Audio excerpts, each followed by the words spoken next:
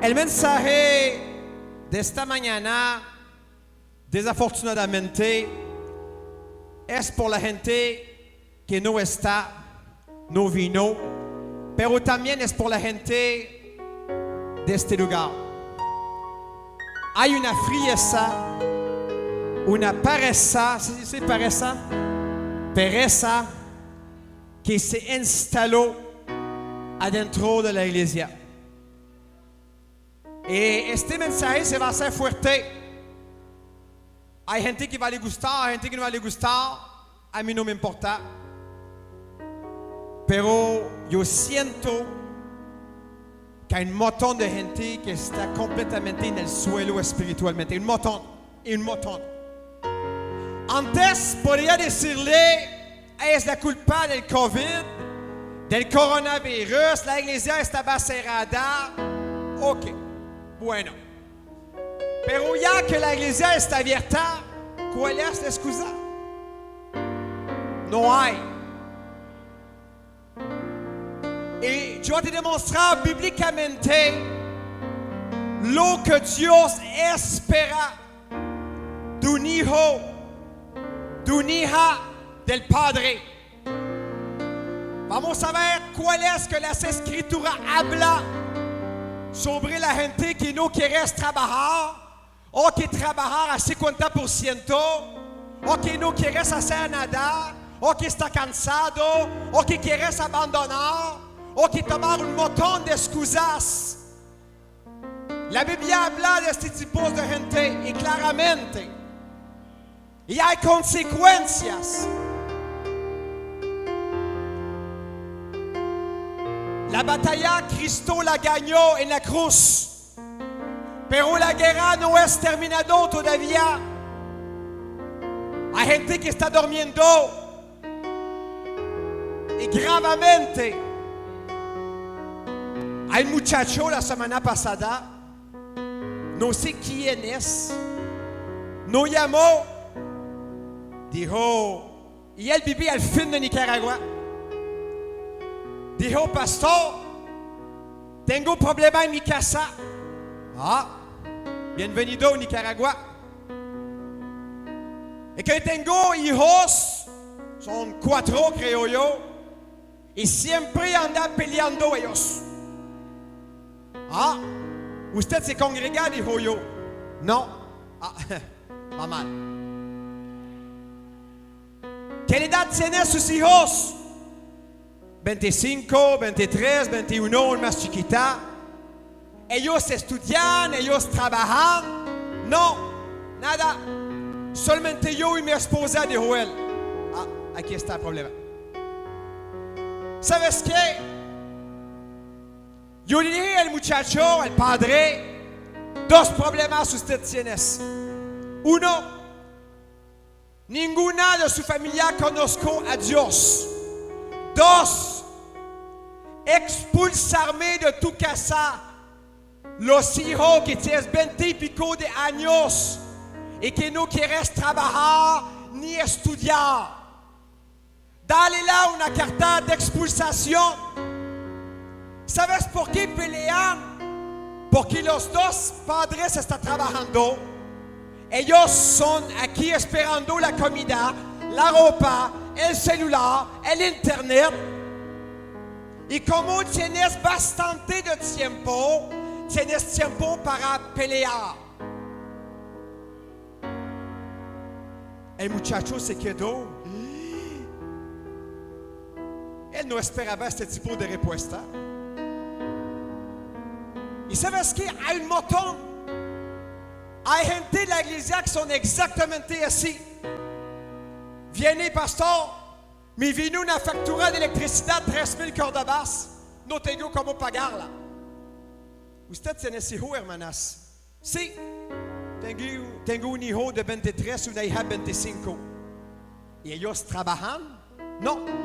¿Estudian? No. Aquí está el problema. ¿Sabes qué? Cuando yo habitaba en mi padre, yo tenía así 20 y pico de años. Mi padre me puso 2 condiciones. Hijo, o usted estudia O usted trabaja, no hay problema. El momento que usted se va a hacer nada, tomar tus maletas, ciao, bye. El mejor consejo que mi padre me dio de mi vida. ¿Sabes qué? La mujer que tienes el niño en su casa que no quieres trabajar porque ella se fue en fornicación, ella no escuchó los mandamientos de Dios y ahora ella no quiere trabajar. Ella está haciendo nada de su vida, solamente Facebook. Ella no tiene dinero para la comida, no tiene dinero para la ropa de su niño, pero por el teléfono, el internet, esa sí, esa tiene dinero por eso. Y el problema es que esta muchacha está poniendo la carga a la abuelita. La abuelita viene aquí a la iglesia, hecho real. Pastor, mira, me cortaron la electricidad. No tengo comida ni casa. Oui, mi hermana, expulsarme esta hija que está haciendo a mantener una hija de 25 años que se fue en fornicación, que no quieres ni estudiar ni trabajar en tu casa. ¿Es por qué no tienes frijoles?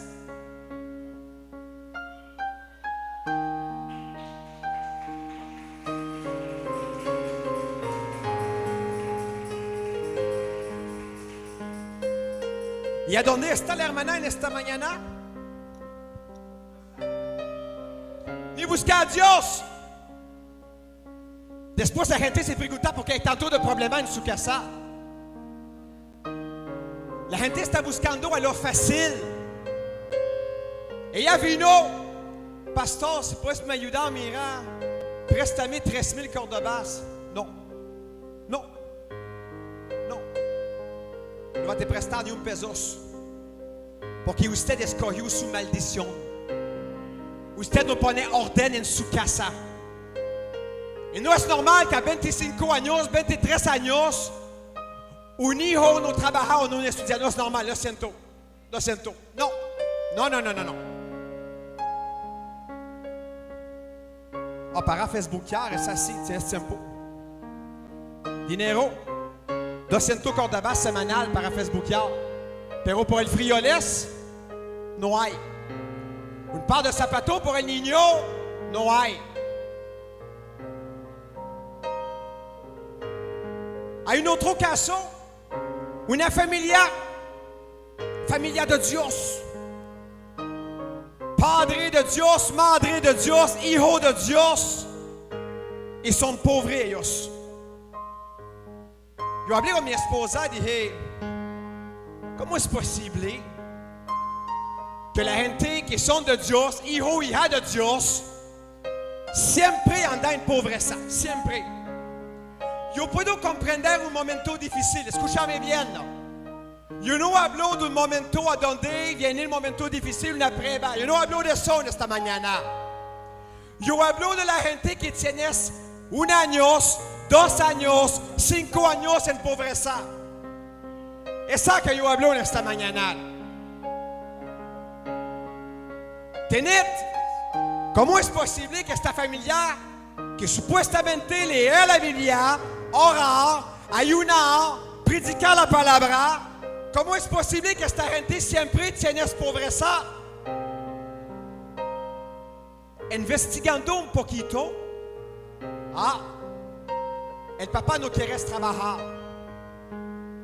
la mamá no quiere trabajar, los hijos tampoco, y son todos adultos, prácticamente adultos, adolescentes. Allá está el problema.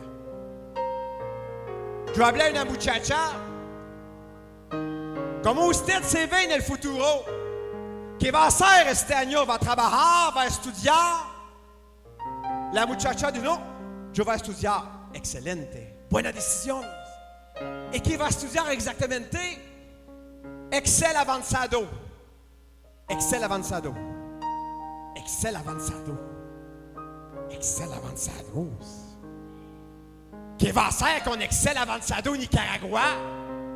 Es como el hermano Henry me dice, pastor, yo voy a estudiar. ¿Sabes qué quieres estudiar? ¿Cómo hacer nieve en Nicaragua? Pero nieve avanzado. Yo dije a la muchacha, excel avant sa dose. Que va a hacer con ex... Imagínate, la muchacha se va a buscar un trabajo, una empresa. Buenos días, sentate muchacha. Muéstrame tu currículum vitae. ¿Sí? ¡Wow! Usted tiene un estudio de Excel avanzado. ¡Wow! Vamos, ya, $30,000 semanal. You know, hay veces que yo me dije, la gente no piensa. Hay gente que son pobres porque quieren ser pobres. Yo dije a la muchacha, ¿sabes qué? Yo voy a te dar un consejo. Yo no soy ni tu pastor, ni tu padre, pero a mí me parecía más mejor estudiar el inglés. A mí, no, en Nicaragua, estudiar el inglés. Ah, la muchacha me mira y dice, es la verdad. Porque con el inglés puedes buscar un montón de trabajo, puedes viajar, puedes trabajar en Estados Unidos, Canadá, Europa, pero Excel avanzado.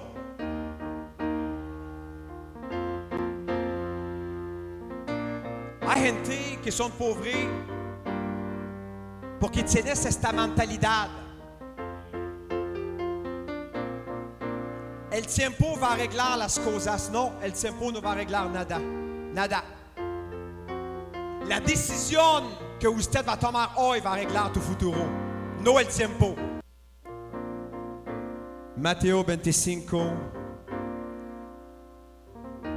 14.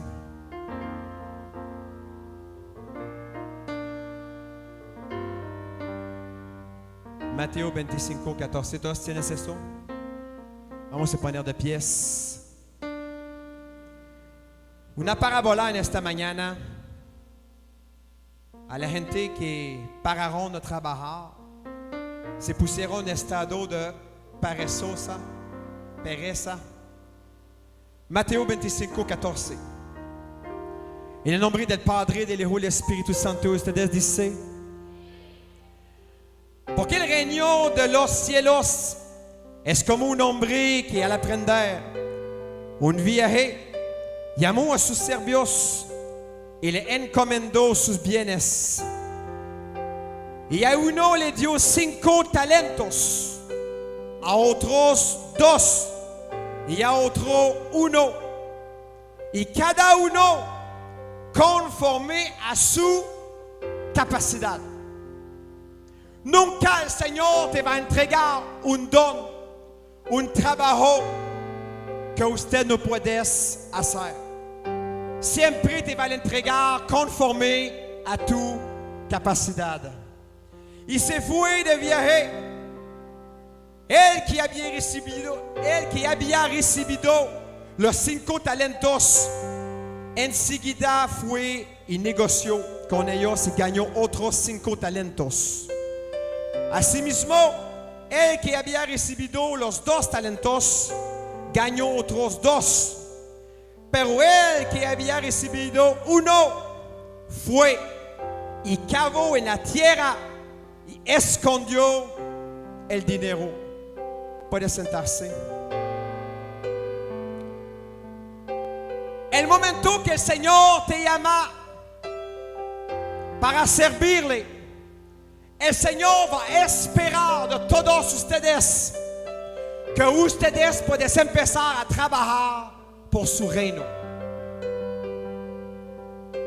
Hay un servidor que tenía solamente un talento, no mucho, no 5, no 3, 1. Pero él, al empezar a trabajar, se puso en modo pereza, ¿sí? En pereza. No quiere trabajar. Es un orden. Es un orden de trabajar. Dios te manda a trabajar. No si quieres, no si puedes, no si te gusta, no si te sentir bien. El Señor te manda a trabajar. Es un orden. El Señor no le importa cómo te sientes. el Señor te da un orden, trabaja. Va fructificar el don que yo te puse en tus manos. ¿A qué te sirve de tocar la guitarra, el bajo, la batería, el piano?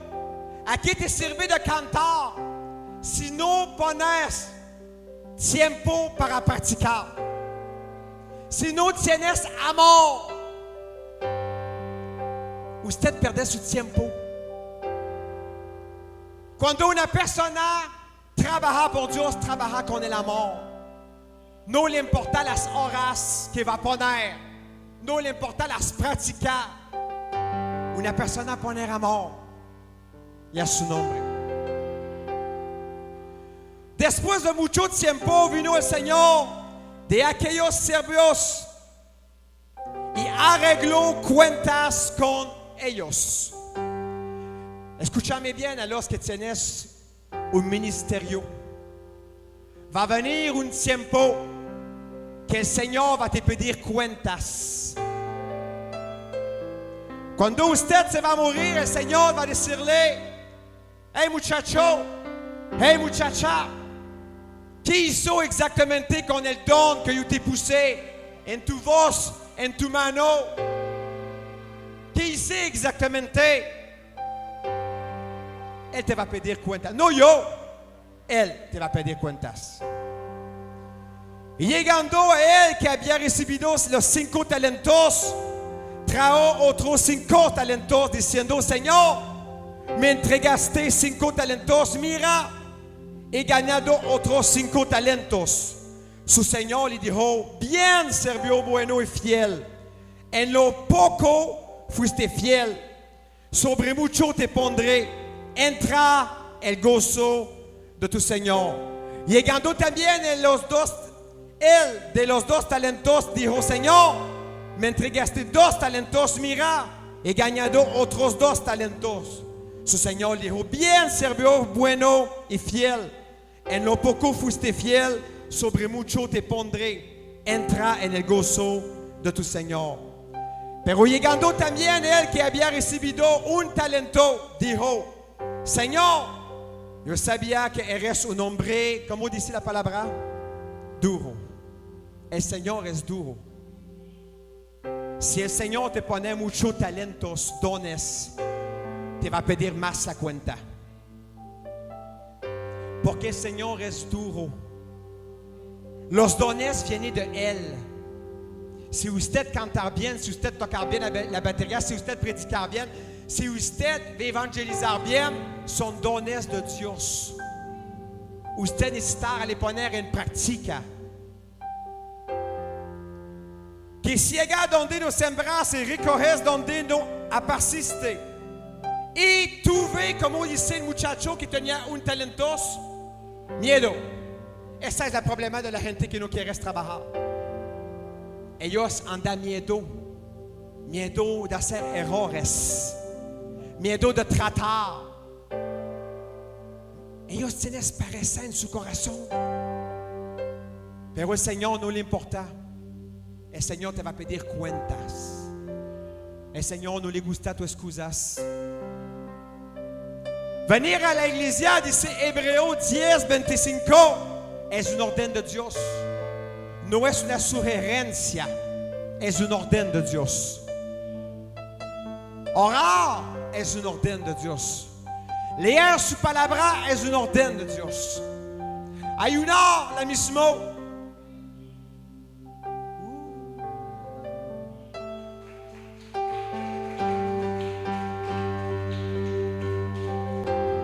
El Señor no trabaja con la gente miedoso. ¿Qué va a hacer? Una vez me fui en cumpleaños. Era el cumpleaños de la mamita. Estaba feliz. Y dijo: vas a meter a aprovechar, recibir, hacer nada, ni cantar, ni predicar. Me voy tranquilo, sentado.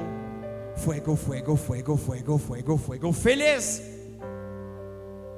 La mamita viene en el medio del culto, me dice: Pastor Fred, In 5 minutos prepararte, usted se va a predicar por mi cumpleaños.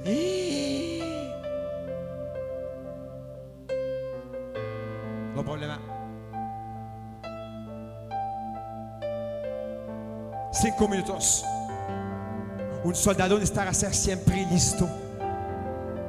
El enemigo no va a venir golpear a tu puerta. Yo vengo ya, lo te robar, lo prepararse. No. No va a venir así. Siempre una necesitará ser vigilante, listo, como un soldado. A mí me aprendieron eso cuando era en el ejército de Canadá. Siempre estar listo, porque el enemigo no sabe a qué hora va a venir. A qué hora va a venir te atacar, te matar. Hay un montón de gente que no son listos ahorita. Un montón. Está durmiendo. Levántate, soldado. Ya levántate porque la guerra no está terminada todavía. Y a su nombre. No tienes lugar por el miedo. No hay. Dios está buscando a gente valiente. Gente fiel, leal. Gente que son listos para morir por las cosas de Dios. Por el nombre de Cristo. Gente que puede hacer errores y que vive bien aunque hacer errores. Yo no predicar bien, yo no hablar bien español, yo no canto bien, pero el Señor me dijo, usted va a ser pastor. Sí, Señor. Así dijo Moisés, va en Egipto, saca mi pueblo.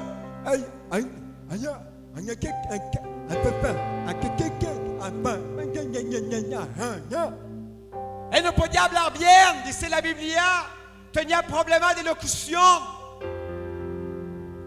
El Señor le puso en ojo.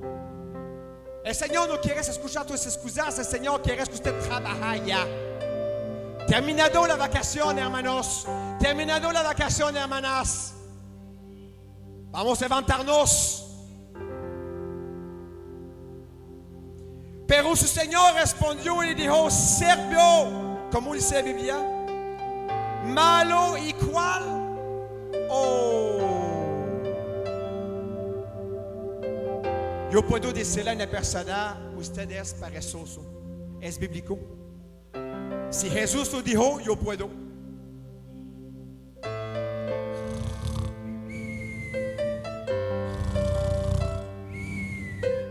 Hay un montón que está durmiendo ahorita. Debías entonces haber puesto mi dinero en el banco y al llegar yo hubiera recibido mi dinero con intereses. Por tanto, quitadle el talento y dádselo al que tienes los 10 talentos. Porque a todos el que tiene más se le dará y tendrá en abundancia. Pero al que no tienen, aún lo que tienen se le quitará. Y escucha bien eso, la gente que no quiere se levantar. Y al siervo inútil. Inútil. ¿Qué dice la Biblia? Echarlo en las de afuera, ahí será el llanto y el crujir de... Terminado la vacación, hermanos. Levántate. Es el tiempo de trabajar ya. Un montón de gente me llamó en la mañana. Pastor, no puedo llegar por tal. Pastor, no puedo llegar por qué. Pastor, tenía toda esa semana para hacer sus cosas, pero ya domingo, no, vamos a hacer todos domingo ya.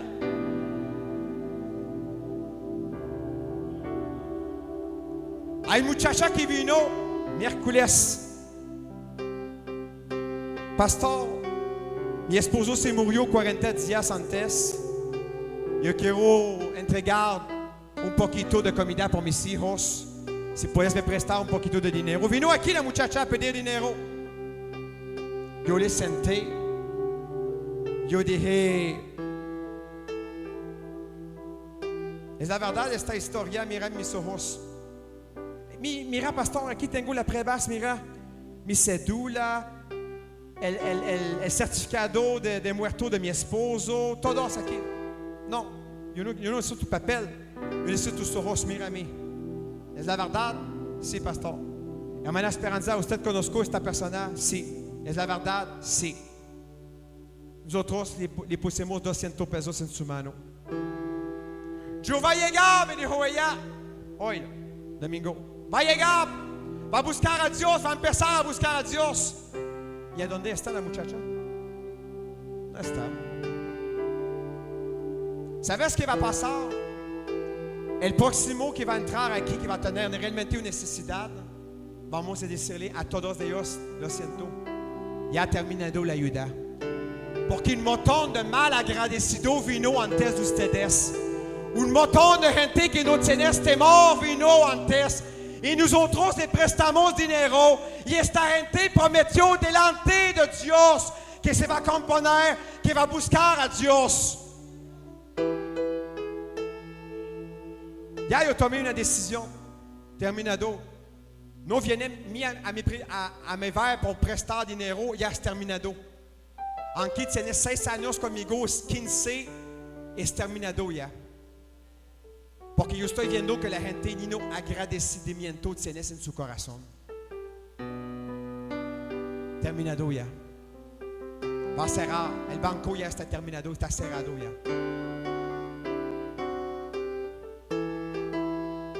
La Biblia dice, 6 días trabajarás.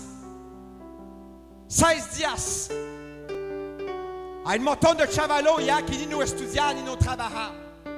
Trabajar es un orden de Dios. ¿Cuántos días dice de descansar la Biblia?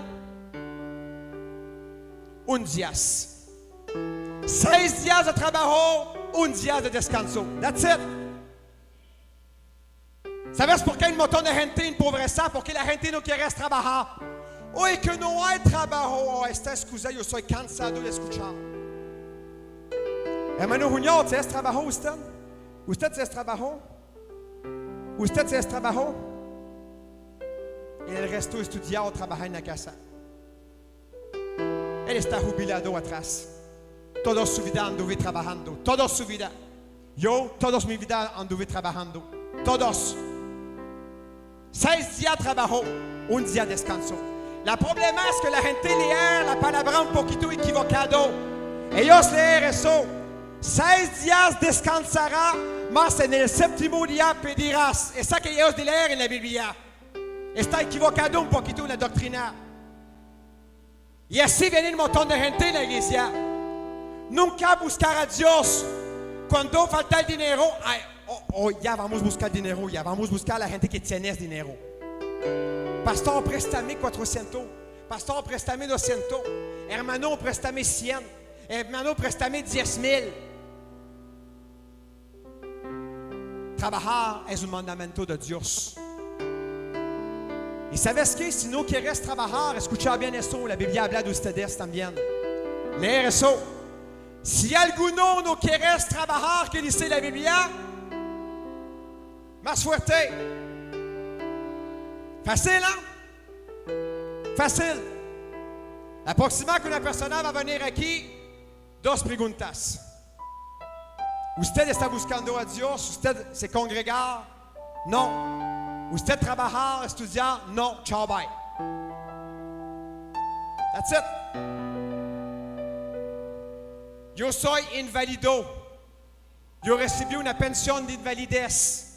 Porque yo fui al ejército de Canadá toda mi vida. Yo tengo 4 medallas de honor aquí. Yo soy francotirador. ¿Y sabes qué? Yo continúo a predicar la palabra.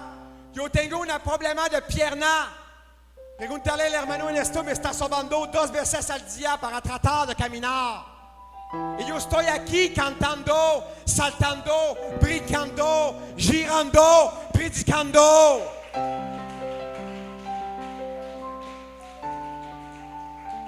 La vacación está terminada ya. El coronavirus se fue.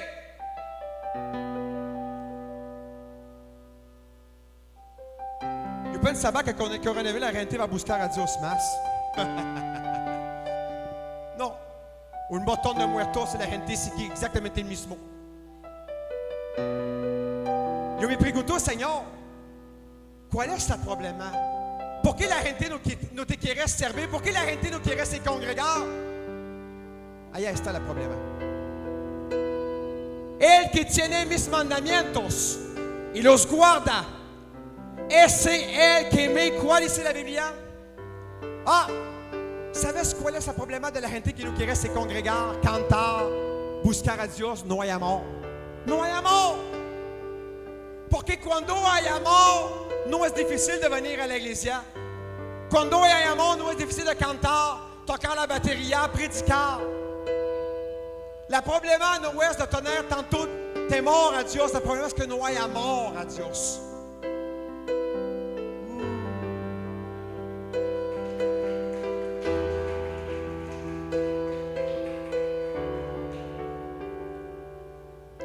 Hay gente que va a llorar. Hay gente que viene más pobreza. Escucha bien eso. Yo anduve un sueño en esta mañana. Por la gente que cree todavía que el Señor manda sueño. En el sueño, yo enterraba a dos personas. Yo construía el sepulcro a dos personas. El Señor no me permitió de ver quién eran las personas, pero son personas que yo conozco. Viene la mano de Dios. Dos personas se van a morir. Prepárense. Prepárense. El Señor me mostró que yo voy a enterrar a dos personas. Mañana, próxima semana, próximo mes, 6 meses, próximo año, yo no sé. Pero hay dos muertos que se van a salir. Prepárense. Hay gente que va a empezar a se levantar. Y son gente que yo conozco. Porque yo construía el sepulcro de ellos. Piedra por piedra con cimiento. Yo vi los muertos. Yo les vi los dos. Prepárense. Vienen dos muertos. Va a ver si yo soy un falso profeta. Está grabado ahorita. Va a ver si yo soy un falso profeta. Buscar al Señor. Ya. Terminado la vacación. Terminado ya. El Señor te va a demandar cuenta. Ponerte de pie, cerrar tus ojos.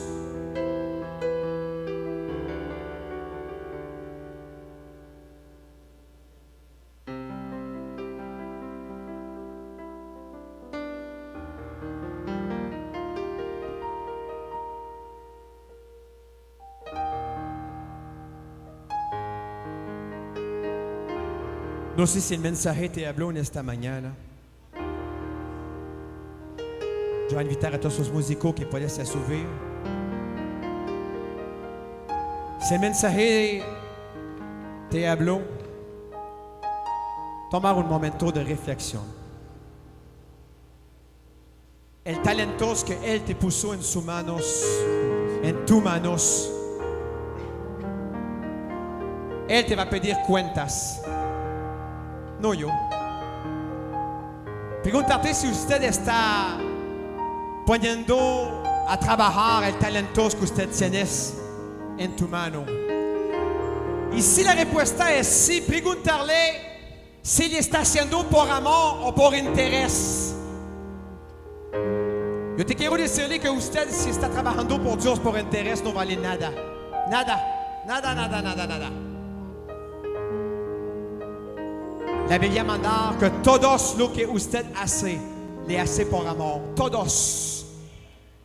Si él tocara el piano, aunque él merece su salario, il está tocar el piano con amor.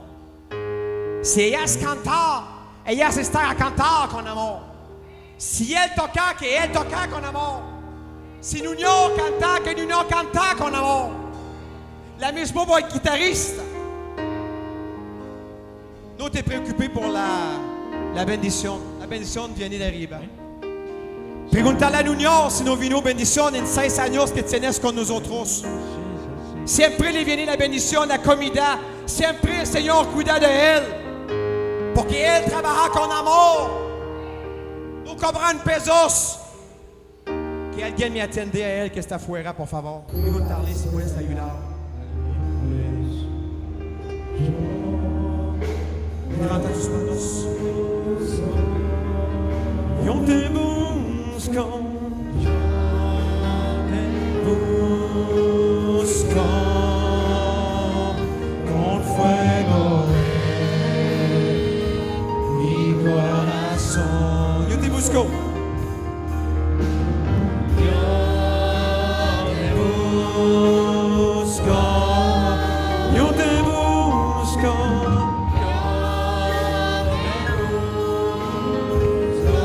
Recibe mi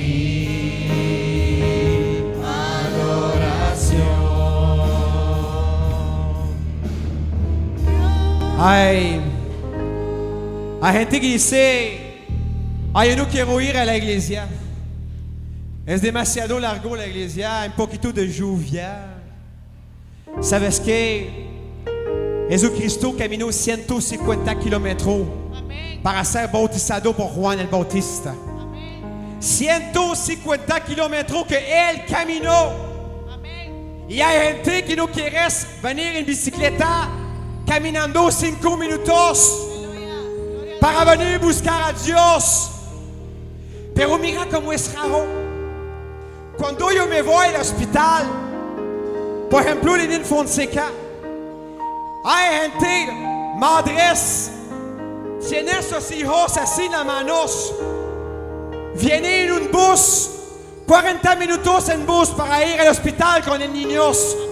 Está esperando 6 horas para ver un doctor con el niño que está siempre llorando. Pero para venir a la iglesia, esa no. Es que el niño disturba. El niño disturba la iglesia, pero 6 horas en el hospital no disturba. ¿Sabes cuál es el problema? No hay amor. No hay amor. La gente no quiere salir a la iglesia. El coronavirus es peligroso.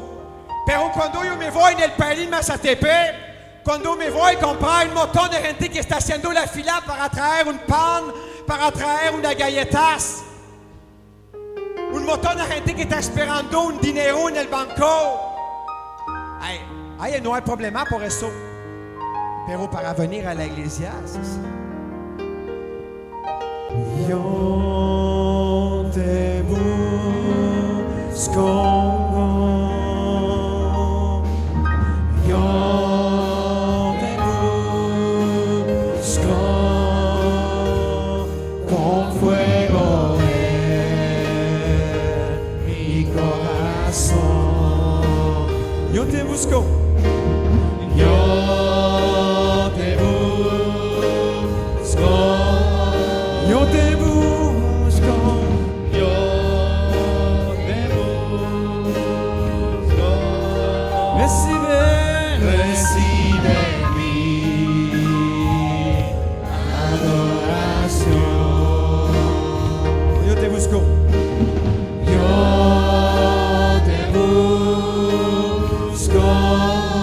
Yo te busco. Yo te busco. Recibe mi adoración. Te anhelo. Te anhelo. Te necesito.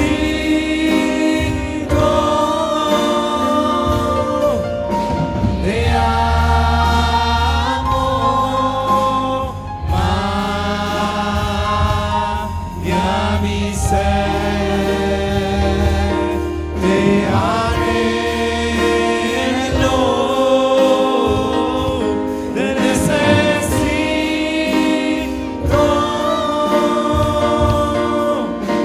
Te amo más y a mi ser. Me diste a mí cuando nadie me dio, Señor. Más te a mí cuando nadie me amó. Díselo. Me diste a mí, dígalo, cuando nadie me dio.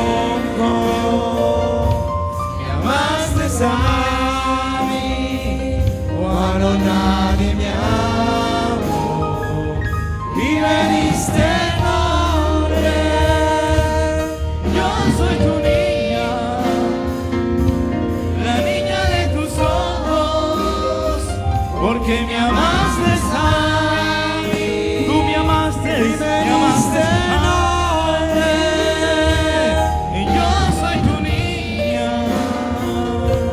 la niña de tus ojos, porque me amaste a mí, me amaste a mí, Señor, me amaste a mí, una vez más, me amaste a mí, Señor, me amaste a mí. Te amo más. Te amo más que a mi vida, te amo más que a mi vida, te amo más que a mi vida más. Y yo te amo, te amo más que a mi vida, te amo más que a mi vida más. Y me diste